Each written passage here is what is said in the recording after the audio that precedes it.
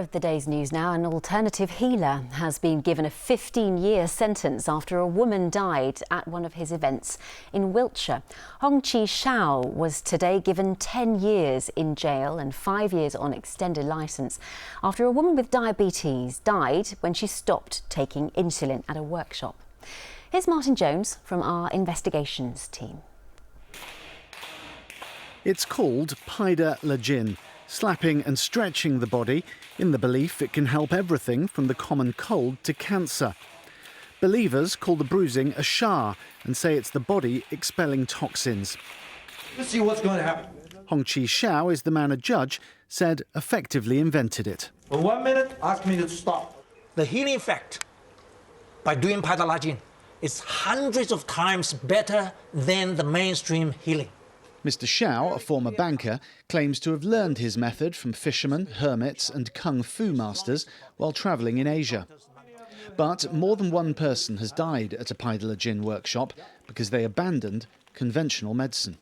That's the interesting part about this whole story, is that she wanted to live. But you see, that's a lovely picture of her. Matthew's mum, Danielle, had a deep fear of needles and wanted another way to manage her type 1 diabetes. She went to paida lajin workshops, including at this Wiltshire hotel in 2016. But she stopped taking her insulin, collapsed and died. Her belief in Hongchi Xiao's methods played a big part. When you've got a group of your friends with you that are also just as besotted by this person who is professing to be able to do all sorts of wonderful, miraculous things, then I think you just get caught up. Her rational filter clearly wasn't there at that time.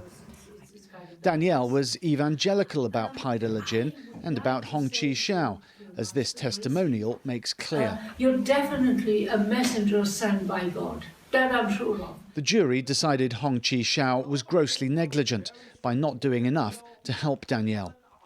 The prosecution's case was that he should have been even more alert to participants' welfare after the death of a 6-year-old boy at a workshop in Sydney the year before.